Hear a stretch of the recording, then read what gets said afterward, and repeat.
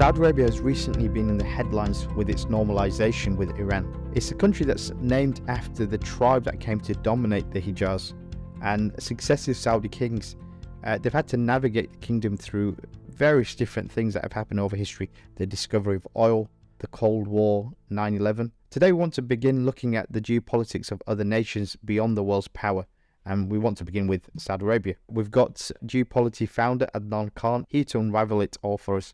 How are you keeping, Adnan? I'm good, Yusuf. I'm good. How are you doing? I'm good, thank you. Now, I guess the best place to start is, what are Saudi's geopolitical imperatives and constraints? Okay, Yusuf. So in the case of Saudi Arabia, what we have is really two imperatives. So those things which are necessary for survival, but we actually have lots of constraints that get in the way or are obstacles to achieving these imperatives. So compared to other countries, Saudi actually has very few imperatives. So controlling the sparsely populated territory is Saudi Arabia's first imperative. And that's because Saudi has a population of about 35 million, but the whole country is desert. And I'm sure, as everyone knows, living on desert is not easy. You have a lack of water, you have a lack of resources. So that's why Saudi's challenge historically, and the Hijaz and the Arabian Peninsula, the struggle has always been, how do you control territory, which is hard to control, it's hard to sustain, and also when you have a very small population. So that's the first imperative for Saudi Arabia. The second imperative is maintaining shipping lanes. Saudi Arabia has a coast with the Persian Gulf, and the Persian Gulf historically has been a key shipping route. So for a country that is full of desert, importing, exporting, having access to international trade has always been critical. So controlling this sparsely populated territory and maintaining the shipping lanes, these are really the two imperatives. These are two things for Saudi to survive. They have to control these imperatives, and they have to have full authority over them. However, Saudi faces many challenges in order to achieve this. So as I mentioned, it has a very small population, 35 million. So that's why historically you find the borders in this region have shifted, and there's been a lot of struggle between the different tribes in the Arabian Peninsula over resources. The other thing, as I mentioned, is vast deserts. Deserts are very difficult to traverse. Deserts are very difficult to survive on because of a lack of water. And that leads to the third constraint, which is the scarcity of fresh water. Water is a basic necessity. You need it for human survival. You need it for many economic activities. And naturally in the desert, there's always going to be there's always going to be a lack of fresh water. Saudi Arabia is also vulnerable to invasion from the north, where you have Jordan, where you have Iraq, from the south, where you have Yemen, where you have Oman, and then you've also got the Persian Gulf as well.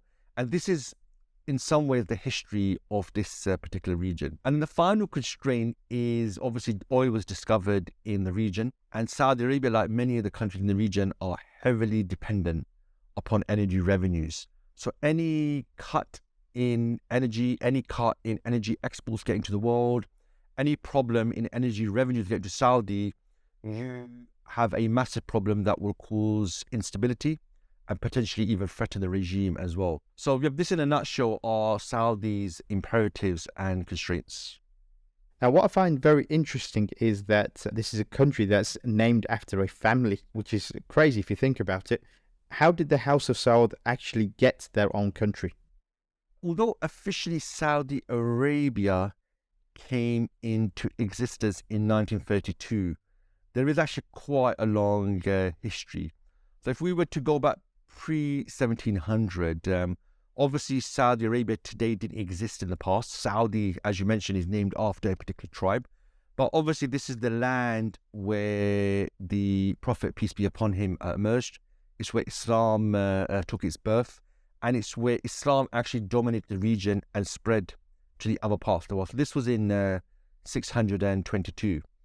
And so you find, after the Prophet, peace be upon him, passed away, and after the capital of the Islamic Caliphate moved away from Mecca and Medina, it moved to Iraq, it moved to Syria, it moved to Egypt, it moved to Turkey. What you find is there were many rebellions between the different tribes in the region. So although the Caliphate moved out of Arabia, There were many tribes there, and effectively, whilst the capital moved away from the Arabian Peninsula, the political importance actually reduced of the Arabian Peninsula.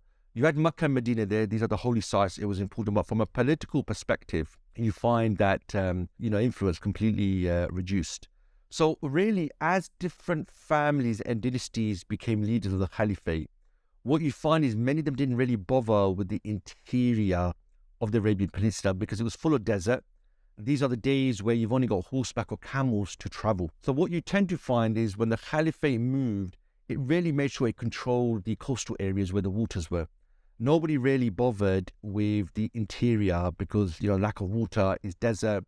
So what you find, there were many tribes, there were many nomads, and they spent a lot of their time fighting over resources and power. Then by the 10th century, the Abbasid Caliphate, they appointed sharifs or leaders over Mecca and Medina. So the descendants the sharifs were from a particular family.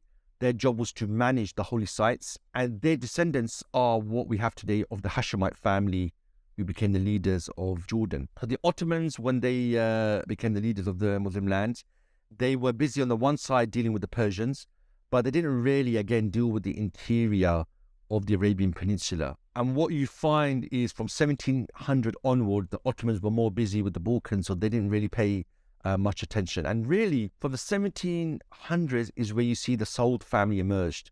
And it would take them 200 years and 3 attempts to conquer the Arabian Peninsula. So in 1700, Yusuf, the Saudi clan, they took over some fields in Al-Dariya, which is a market town just on the outskirts of Riyadh. And this town now, it's now been turned into a tourist attraction, which you can go and visit if you really, really want to. So by the middle of the 1700s, the Saud leader, he made a deal with Muhammad bin Abdul Wahhab, who famously would go on, and the school of Wahhabism was established in his name. So Saud would marry his oldest son to Muhammad bin Abdul Wahhab's daughter, and that was their marriage made in heaven, as they would say. And then what they did was they set out to try and conquer Arabia. They took over Mecca and Medina, and really by the end of the 1700s, they had conquered large territories. So the Ottomans saw this as a rebellion, and they got Muhammad Ali Pasha, who was their wali or their governor in Egypt. And what he did was Al-Dariya, their hometown, was razed to the ground, and Saud was basically sent to Istanbul, where he was beheaded. So that brought to a very quick end the first attempt by the Sauds to actually take over. Then by the middle of the 1800s, another leader of the Saud family would emerge, and he retook Riyadh in 1842. But the Sauds remained in constant conflict with the Ottomans, and also in constant conflict with the other tribes in the region. So you had the Rashidis in the north of what is today Saudi. And in the end, by the end of the 1800s, it led to another devastating defeat for the Sauds. And they then fled to Kuwait, where they stayed in exile, in poverty, and in a state of rage. And really, in the 1900s, the third and final attempt is where things really changed. And what fundamentally changed was the emergence of Britain. Britain was engaging with all the different tribes because the route from Britain through the Mediterranean, through the Arabian lands to India became very, very critical. So what you find is Ibn Saud, he was in his mid-20s and he became the leader of the Saud clan. And he took the Emir of Najd. So Najd is the interior area of the Arabian Peninsula. He took his title as the Emir of Najd, and this was a bit of a problem because he didn't actually have any authority over it. So what he did was he assassinated the governor of Riyadh, and he forced everyone in Najd to give him allegiance. And from there, he expanded. He took over Mecca and Medina. And obviously, the early 1900s, this is when the Ottomans were in decline. So the British provided him with weapons. In fact, the British provided many, many different tribes with weapons because they wanted them to rebel against the Ottomans. But all these different tribes were also fighting against each other as well. And these tribes, Yusuf, they would go on to become many of the leaders that we have today in the Gulf states, in Saudi, in Jordan. So what Britain did is they made contact with all these tribes. They armed them to rebel against the Ottomans, and then they rewarded them with their own countries. But these different tribes still argue and fight even today amongst each other. From 1927, Ibn Saud, he negotiated a treaty with the British, where they recognized him as the king of Najd and Hijaz. And this was in return for him accepting that the north of Hijaz are going to go to somebody else. That's where Jordan and Iraq are. And Jordan and Iraq went to the Sharif family, which was another tribe in the region. So 1932, Ibn Saudi changed his title from the king of Najd and Hijaz to the king of Saudi Arabia.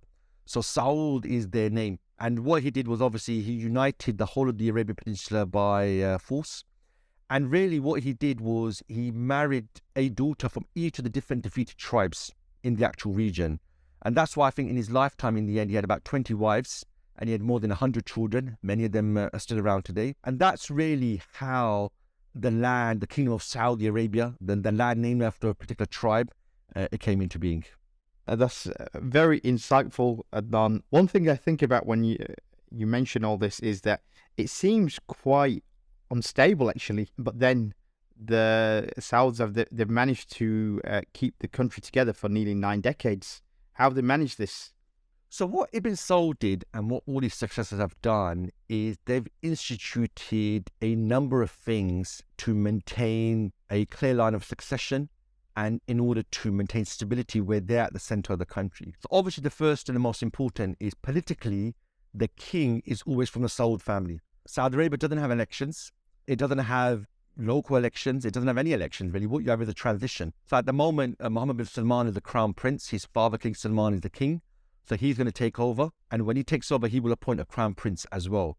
So in one way, that this creates a degree of stability because everybody knows the leader of the country will come from a particular family. So that it creates a degree of stability. I mean, we can debate how democratic that is.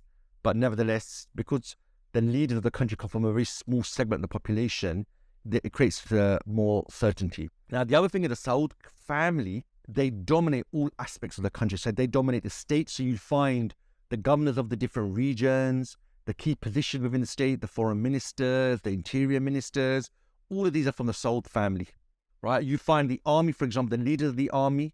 So you've got the Ministry of Defense, you've got the conventional army, and you've got a National Guard. All of these are led by a family head. And in fact, most of the leaders of Saudi Arabia, the kings, would have been the leaders of the army or the National Guard.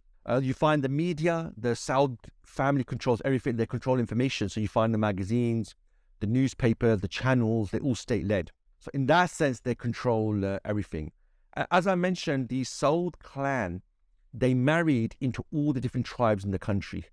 So you find that even the other tribes, they're going to have to remain loyal because they intermarried into them. So Ibn Saud, he married into every tribe to maintain a degree of stability. The Saud family also married into the Wahhabi clan, and that's why the Wahhabis are very close to them. And that's the final one. The agreement Ibn Saud made with Muhammad al-Wahhab, it gave him a political cover. It meant that he was given religious authority and legitimacy because a scholar, Muhammad al-Wahhab, has basically said he is a legitimate ruler. So these 4 things, Yusuf, political, the state being controlled by them, the control over the other tribes, and the credibility that he's a legitimate Islamic ruler, this is what creates the degree of stability. Now, that doesn't mean there's never any tensions or anything like that, but this strategy they've got of controlling all the different strata of society, that's why this country has had a degree of stability. Now, I think that final point that you made is very interesting because not just within Saudi Arabia is there seen to be a religious legitimacy, but it's actually global. So you find people from all walks of life that agree with Saudi Arabia and they would follow them in terms of their religious, for example, things like moon sighting during the month of Ramadan. What's your view on that? So no, absolutely. Saudi over the decades is built this image that they are the legitimate leaders of the Sunni world. In fact, they push they are the leaders of the Muslim world globally. So historically, they funded construction of mosques around the world. They funded the Islamic groups around the world. They have links with other Muslim rulers. So this is an image that they've articulated over the decades. I mean, this image is taking a hit, which I'm sure we're gonna talk about. But this is being done, it's being created, that they want to be seen as the legitimate Islamic leaders. And that's where they derive their legitimacy from. So that's where the Salafi scholars, they've always legitimized this. So even when the Saudi ruler does something a bit fishy, does something which is a bit un-Islamic, when you find the scholars come out and justify it in some form or shape. And for a long time, really, Saudi Arabia, it operated on the basis that they are legitimate Islamic rulers. They have an Islamic mission. So as a result, the 2 billion Muslims globally should support them. They should see them as representing them. But as I'm sure we're going to discuss, this has taken a massive hit in the last decade or two. Yeah, we'll get to that in a little while. Before we do, we talked about this really, really wide family network that's involved in absolutely everything. But in order for them to be successful, they need to make sure that they're all singing from the same hymn sheet. But has there been tension within the family, as with every family? Yes, they're not like the Kardashians, the Saud clan, but they're not that far off as all. They have their tensions, they have their disagreements. Interestingly, with the Saud clan, despite their different tensions, there's like an unsaid agreement that this can't get into the public eye, but it will undermine their internal unity.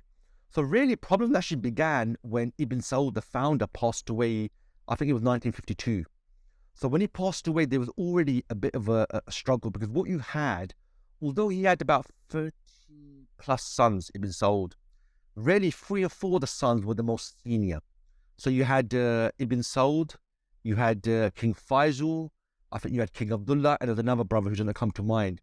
These were the 4 leaders. And what Ibn Saud did, he wanted to set up a process where the oldest brother always takes over. He didn't want there to be a succession battle. Problem was, King Faisal was seen as the most competent. He was around his father, he was an ambassador. He was seen by the scholars and even the old family as the most competent. But Ibn Saud, when he passed away, he effectively put the oldest son, which was King Saud. Now, King Saud turned out to be absolutely useless. He had no idea what he was doing. He was bankrupting the nation. He lived this lavish lifestyle. Eventually, what King Faisal did with King Abdullah, they got the scholars on their side and they basically removed him from power. The first king actually was removed from power in the end. And for a short period, King Faisal was actually under house arrest by his own brother. His brother could see that my other brother, King Faisal, was moving against me. We see, for example, in the first Iraq war, where Saudi allowed American troops on Saudi soil, there was a lot of tension between King Fahd and his other brothers as well. And I'm sure we're going to discuss, I think MBS is not the most popular member of the family at the moment. So definitely there has been tension. But, you know, with any dynasty, there's always a balancing act between your internal fighting and to make sure the whole empire doesn't fall down. But it's in no one's interest that the Saudi clan falls down completely, because then no brother would ever be in power. So in any dynasty, what you find, there's always a balance by everyone in the family that we can fight, we can argue, we can have differences, but the regime has to survive, our family has to survive in power. And that's probably why, no matter what the differences are, they've not gone beyond the point where the family is divided and fallen apart. And now going back to your imperatives and constraints, one of the constraints that you mentioned was oil and energy. And really, when you think about Saudi Arabia, you straight away think about oil. What role does the fossil fuel actually play for Saud's regime? Oil or energy generally, Saudi is quite unique, Yusuf, in how critical and essential and central oil is to the regime and the country. So when Saudi Arabia was established in 1932, for the first decade or so, Ibn Saud was quite worried about the long-term survivability of the regime. Because what he found was he emerged in the desert, he didn't really have much resources, and in some way the Arabian Peninsula was a bit aloof from the global system at the time. It was just full of, the sea lanes were important, but the land itself wasn't very important. And in the north, you had the Hashemite family. You had the Gulf states who took over some of the coastal areas. So he was actually quite worried that actually the first decade, are we even going to survive? And then he hit the jackpot. Well, the Brits or BP, they found oil in Iran in the early 1900s. And BP eventually got that. And from that founding, what the geologists from BP found is there's much more oil in the region. So they started looking for oil. The massive oil wells they found in Iran, they realized that this oil well is part of a larger set of wells. So what you find was then they started looking for oil in Iraq. They started looking for oil in Kuwait and Saudi as well. So everybody knew there was a lot of oil in Saudi. They just had to find exactly where it was. And in 1938, they discovered large reserves of oil in Saudi's eastern provinces. So what you find then is this completely changed the Saud clan's future. Oil, the revenue started to flow in. From the 1960s, Saudi Arabia was one of the largest oil producers, and by 1990, Saudi was the largest oil producer in the world. So as they produced oil, they became globally important. They became important to maintaining stability in oil prices, and obviously the revenues flowed in. And as far as the Saudi clan was concerned, the oil is their personal wealth. And it made all the difference. And that's what allowed Saudi to fund mosques around the world. That's what allowed them to get involved in international issues. Take oil away, then the region would just be tribes fighting each other over resources as they did. So oil really made all the difference. Take oil away, the region will look very different today. The Saud clan will probably be another poor tribe fighting other tribes in the region. So yeah, the discovery of oil really changed everything for the Saudi clan. With the country being so dependent on oil, have there been any moves to actually kind of diversify their income? So really from the 1970s, there's been various attempts to try and diversify their income. I think use of 90% of exports are oil exports, 75% of government revenues are from oil, and I think over 50% of the GDP comes from oil as well. This country is massively dependent upon oil, and they don't set the oil price. The oil price is set abroad. So they're completely dependent upon the oil price. I think they need an oil price of about $80 to $90 a barrel for them to break even their budget. So from the 70s onward, there's always been talk. Saudi Arabia has been pumping out oil for a long time now. That its oil wells must have gone past 50% of reserve. So there's been a lot of talk really for 3 or 4 decades now that Saudi needs to diversify. It needs to reduce the oil aspect of its economy and increase the non-oil part of its economy. And there's been various things, but none of them have succeeded, Yusuf. What you find is oil is just such a big factor that it just completely dwarfs every other aspect of the economy. And successive Saudi kings have used the oil wealth to throw money at the people to keep their loyalty. Most people in Saudi work in the public sector and they don't even need to turn up for their jobs. This is the way the Saudi regime has maintained loyalty. There's been a few ideas of setting up industrial zones and economic zones, but none of these have really seen the light of day in the end. Again, all of these look great on paper, but when it comes to actually executing and establishing them, really here we are. I mean, a lot of these industrial sites just sit in ruin now. You've seen some development, some construction, but they never really got anywhere. So, now the understanding is Saudi's probably got at most 40, 50 years of large oil exports coming out the ground. So that's why there's a lot of talk now, how can they diversify? But, this whole clan is in power because of the massive oil wealth that was coming in. And really, there's been no clear strategy how they plan to transition to another non-oil type economy. Now, many people believe that with Saudi's massive oil exports and all the revenue that they've received from that they use that money to pump it globally and create support for Salafis to gain influence around the world. They funded groups, they financed the construction of many mosques. A lot of this actually happened during the Cold War. What was Saudi actually up to during this period? Firstly, Saudi Arabia has got this reputation currently that it had this global agenda to spread Salafism, and it funded mosques and groups and Salafis around the world, and that's what led to 9/11. That's what led to terrorism. That's what led to radicalization. That's what led to the emergence of radical Islam, as they call it. Now, Mohammed bin Salman, MBS, he gave the secret away. A couple of years ago, he'd been interviewed by the Wall Street Journal, and they asked him about his views on Salafism. And he actually admitted, yeah, we went too far. Yeah, he said, yeah, my uncles, they went too far. And then he said something quite shocking. He said that, when we were funding mosques and we were funding Salafis, we did this because America asked us to do it. And this was part of the Cold War. And what he's referring to here is part of America's strategy to contain communism was to use religion. So America had a strategy of using the Muslim countries to contain communism.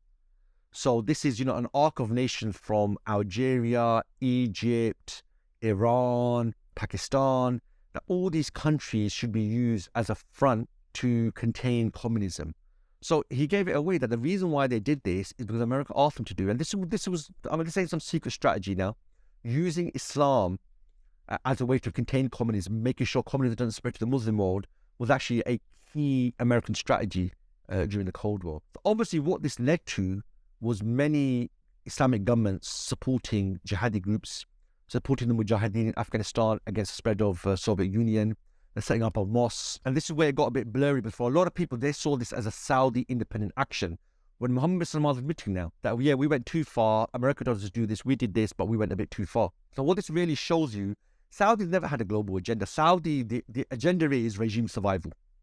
And for the regime to survive, they need to control the population. And for them to survive, they need to make sure no foreign power removes them.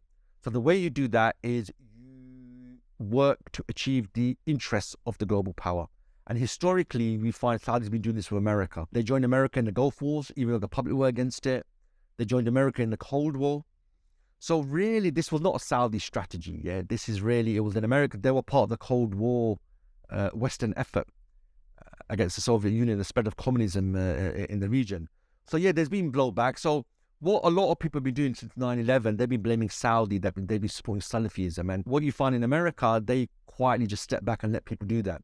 When really, you go back 2 or 3 decades. I mean, Hillary Clinton, she knows this. She was around. She admitted in a hearing that we supported the Mujahideen in Afghanistan, and now there's basically been blowback. So yes, Saudi is seen negatively today, but like we've seen many, many times in history, your heroes today, your freedom fighters today will easily become your enemies or your foes tomorrow. And in the past, the Taliban were freedom fighters, the Salafis were freedom fighters, and today, obviously, they're seen as the opposite. And, it's not the first time we've seen this. So that's a very interesting point you make. So I guess the question now is, what is really the relationship between Islam and the Saudis? Now, Yusuf, that is a very interesting discussion because Saudi Arabia built its credibility on that it represents Islam and it had an Islamic agenda. And what I would say, Yusuf, is Saudi Arabia has actually been very selective on what issues it gets involved in. Now, if it has an Islamic agenda, you will see a level of consistency. You will see them help Muslims. You will see them help oppressed Muslims. But what you find is they have a very selective policy. So, for example, we know Saudi has an anti-Iran policy because they're Shia and they compete. We see Saudi Arabia speaks and has funded and helped and aided the Palestinian struggle. We see in the Iraq war, they sided with America. We see when the Bosnia war happened, Saudi funded and armed many of the jihadi groups.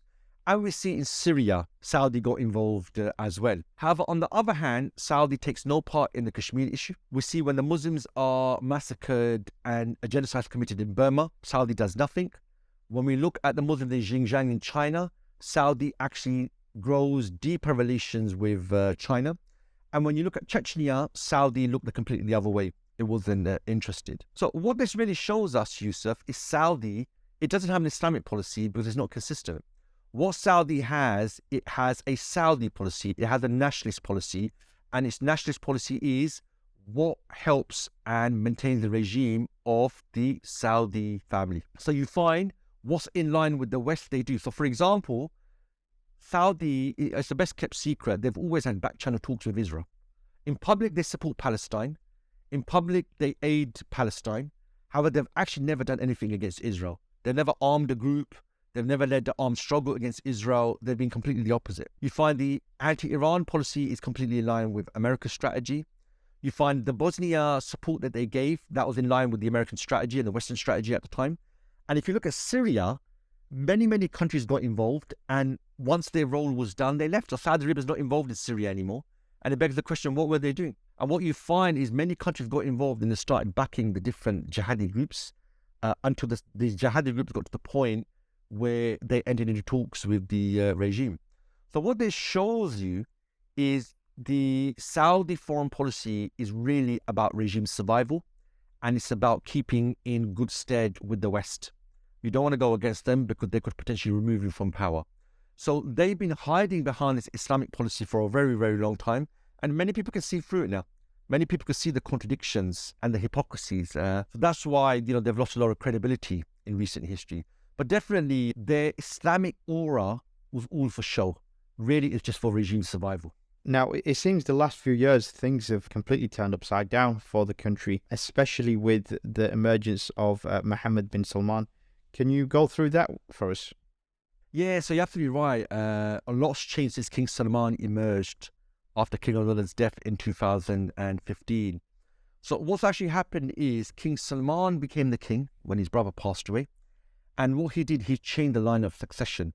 he put his son, Mohammed bin Salman, he was early 30s, as the crown prince. And really, because King Salman is very ill, and it seems like he's not even there, really his son, Mohammed bin Salman, he's really been running the regime. And because he's been running the regime, this has actually led to quite a bit of tension within the family as well. And this is natural because most of the kings and most of the guys that have run the country, they've been from the first generation direct sons of Ibn Saud. So you find, I think there's about 35, 37 brothers, and the king's always been for them. So now they're at a point where potentially the next king's going to be from the second generation, where there's thousands of them. And that's why there's actually been quite a bit of tension within the Saud family, because things are changing now. Now you're getting a new generation come in, and these are people that were not there when Saudi was poor. They were not there when Saudi had little oil. These princes and princesses have grown up with a lot of money, and they're a bit more ambitious. They're educated, and as we can see with MBS, they seem to have a bit more ambition, and they're prepared to do whatever is necessary to achieve it. And that's why really there's been a lot of instability really in the last 7 years or so. Yeah, I can imagine there being a lot of instability, internal issues, because I'm sure that there are still a few brothers still left alive, and a lot of other princes that are more senior to Mohammed bin Salman. How did he kind of keep things under control there? Okay, Yusuf. So really, a lot's actually been happening since Mohammed bin Salman took over. So if we just go through it chronologically, it should become clearer. So 2015, King Salman took over, and quickly by 2016, he made his son the crown prince. And what we find is many of the king's brothers were not happy with this, and many of the king's brothers' sons were also not happy with this as well. So what Mohammed bin Salman did is he hit back in 2017, and he crushed all his rivals. So what he did famously, he got many of the Saudi royals, the billionaires, and senior government officers. He imprisoned them in a very fancy hotel, and he forced them to sign away a large chunks of their assets in order to be released. So the whole thing was presented as a crackdown on corruption, but really it was Mohammed bin Salman tightening his grip on power. So what this meant is all the opposition and the threats to him going forward, their wealth and their well-being would now depend on MBS. So really what you had was an internal battle, and from the looks of it, he basically won. Yeah, he used the iron grip to make that happen. Now, his father's too ill to do anything. Externally, you find Donald Trump became his best friend. In fact, MBS was presented as a young reformer and a fresh new figure in the region, and a region that's dominated by autocrats and monarchs. Now, everything was going well for MBS. He's consolidated power at home, has a very good image globally, and then it all went wrong in 2018 with the brutal assassination of Jamal Khashoggi. And this had a big impact on his global image. You've effectively assassinated a Washington Post journalist. So the Washington Post wasn't going to let this go. So despite Donald Trump bending over backwards for Mohammed bin Salman, his global reputation is actually in tatters at the moment. So he's trying to really fix that at the moment. But domestically, Mohammed bin Salman has consolidated his position. He's consolidated his position. And externally, this has an impact on him, but it's not going to remove him from power. So Joe Biden, when he came to power, he basically said, King Salman's the king, I'm going to deal with him. But after a few months, he was forced to go and meet MBS, because MBS is the de facto ruler. Now, Mohammed bin Salman, he's been doing a lot in the country, and this has all been part of his Vision 2030. Can you tell us more about the project? Okay, so yeah, it's a very, very big project, Vision 2030. At its heart, Yusuf, this project is attempting to deal with the fact that Saudi needs to reduce its dependency on oil. That's really what it's trying to do at heart. Saudi, it has the largest oil well in the world, and they've known since the 1990s that their oil well is in terminal decline. So if the largest oil well is in terminal decline, then the amount of oil they can produce and export will also be in decline at some point. So they need to deal with this. Now, as I mentioned, this has major implications for the country, for the regime, and for its survival. So Vision 2030 is really the latest in a long line of plans to deal with this reality. So Vision 2030 is a plan to reduce Saudi dependency on oil by developing new sectors of the economy and diversifying the economy away from oil. So this includes establishing new industries such as education, infrastructure, tourism, health, and recreation. So what they really want to do is increase the size of the non-oil part of the economy. They want to promote a more softer image of Saudi, a more secular image, and reduce their dependency on oil and broader energy. So if we look at the projects, I mean, this is like a $2-3 trillion project. A decree was issued in 2016, and what you saw was lots of money put into, or promised to put into, different areas. Probably the most prominent we've seen for the moment is entertainment. Saudi now wants to really get rid of the image that it's a conservative society, closed society. About 2 billion was issued in 2016 for entertainment. And what we've seen is a few things. We've seen the first live concert in Saudi Arabia in 23 years in May 2017. We've seen now for football and sports now, women are allowed to go to stadium. They weren't allowed before. We've seen WWF, WWE go and perform in Saudi. We've seen Anthony Joshua do his boxing out there as well. We've seen various Bollywood tours out in Saudi, something unthinkable a decade ago. We've seen the ban on cinemas lifted. Now cinemas are opening and new ones are being built. And we've also seen Formula One take place in Saudi as well. Now you can get a tourism visa to Saudi. Before you couldn't. In fact, it's actually easier to get a tourism visa compared to getting a Hajj visa in the country. If you want to go to a concert, you want to see Nicki Minaj, you want to see any other concert, it's much easier to get a tourist visa than it is a visa for Hajj. That's a scenario we have. Probably the key part of this plan is this known project, which is a planned smart city in the north of the country, Tobruk. And this is probably going to be their key thing. This is part of this smart city, is that the line that they're making, which is a linear city 110 miles long, which is going to be a smart city, which doesn't run on fossil fuels. It runs on complete renewable energy. It's a modern, futuristic city. So that's what's going on here, Yusuf. And I will say, although we've never seen plans like this at this scale, we have seen these plans before, and all of them ended up melting in the desert. All of them ended up melting with the desert heat. So this is going to bankrupt Saudi if they actually do go all the way for it. And already I think a lot of these projects are very, very delayed anyway. They're already behind schedule. They're more on paper than they are in reality. But what NBS is trying to do is put his mark on Saudi Arabia, that I am a new type of leader. I am going to drag the country forward into the 21st century and, out with the old, in with the new. So he's got these very fancy vanity projects he wants to do. And yeah, I think we should just watch and see what really happens in the end. Final question for you, Don. What do you see as Saudi's long-term challenges? Okay, so 3 things really, Yusuf. First is jobs. Saudi's got a bit of a problem. 65% of Saudis are under the age of 30, and 65% of the 65% are unemployed. And this has always been a big problem in Saudi. What you find in Saudi has a massive public sector where everybody works or they don't turn up for work, and the Saudi regime takes care of them. The private sector, I think most of it is fueled by foreigners who come and work in the country. So if you want to move to a non-oil economy, then you need Saudis to take jobs in the different industries you're going to make. And Saudis have for a long time got used to not having to work, relaxing, chilling, and they've become quite lazy and they lack the skills.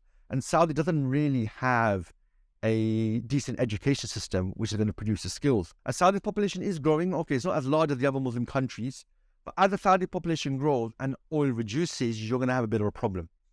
So that's probably their key challenge.